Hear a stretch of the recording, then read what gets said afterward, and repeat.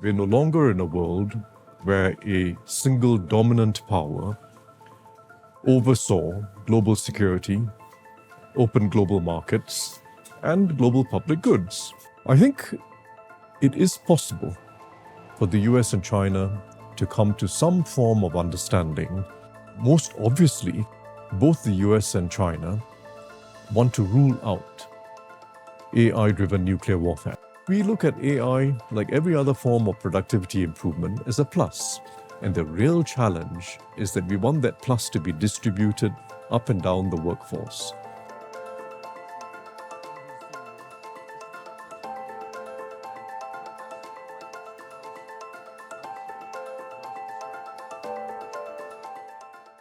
Well, I think by any objective assessment, this is a moment in global history where all the old verities are now past us. And we don't know where we're heading to. In other words, this is not a transition to some new world order.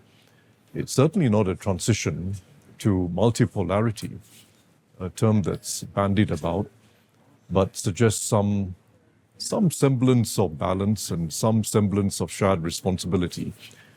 We're not anywhere close to that. All we have is that we're no longer in a world where a single dominant power oversaw global security, open global markets, and global public goods. We're no longer in that world. And we don't know what replaces it. What we do have, very salient, is uncertainty, radical uncertainty. We have fluidity in international affairs, transactions occurring by the day, and we keep waiting for the next hotspot. So that's where we're at.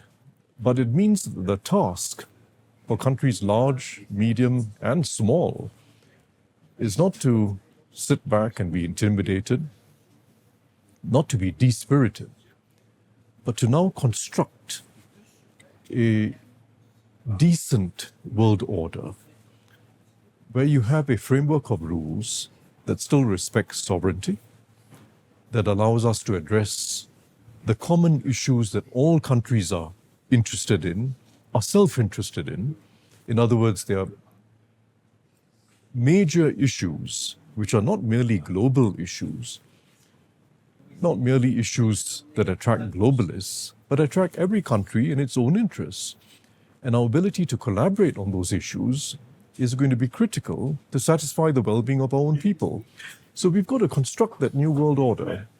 Or I should say, we've got to construct multiple alliances of the willing, coalitions of the willing, that enable us to address these issues, even if we're not going anywhere close to that old world order that we knew.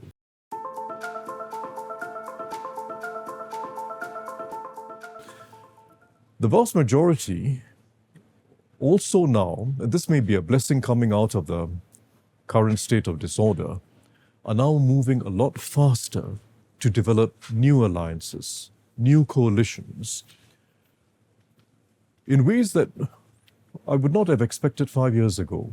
There was so much inertia in the system, not just bureaucratic inertia, but political inertia. And that's now dissipating precisely because of the urgency of the moment, precisely because everyone is now having to sit up and realize that we have to exercise agency. And we exercise agency among small countries, medium-sized countries, and some large countries.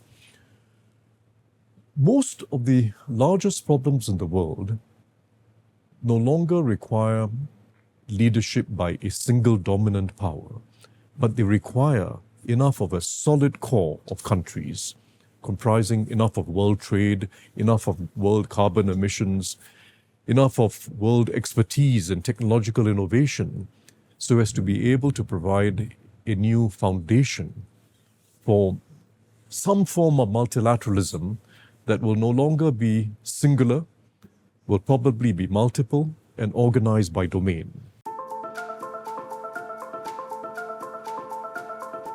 The US and China are absolutely critical, and they're critical both in areas of traditional security concerns, They're critical when it comes to nuclear, and they're critical when it comes to security from AI-driven warfare.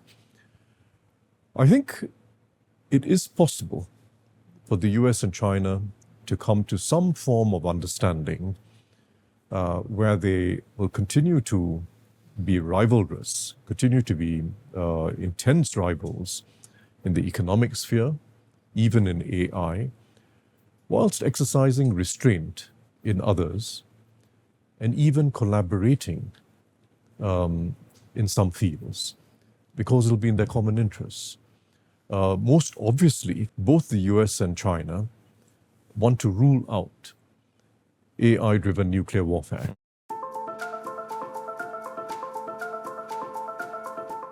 If we look at Singapore as near future in that regard, how do you experience AI differently in your country than a lot of other countries do? What are you already seeing happening in the way the government works and the way society functions? We've always faced the challenge faster than other countries because we are small, we are very open, and we rely on technology as a source of competitiveness. So we look at AI, like every other form of productivity improvement, as a plus. And the real challenge is that we want that plus to be distributed up and down the workforce. That is going to be a challenge everywhere in the world. And it's not obvious that we are going to succeed. It requires very active public-private partnership.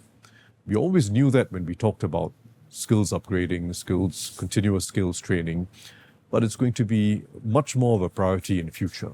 And it's going to be more important than ever before.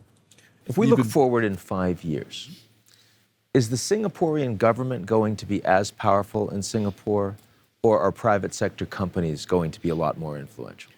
Well, our whole model of economic policy in Singapore was quite different from the traditional model in Northeast Asia, for instance. It was always a model of watching the market, following the market, and allowing the market to work better and faster. We were always involved in ecosystem building. That's what the government was about. It was never about government versus private enterprise. It was about creating ecosystems where private enterprise can do well for itself, but most importantly, where our people can be part of the prosperity.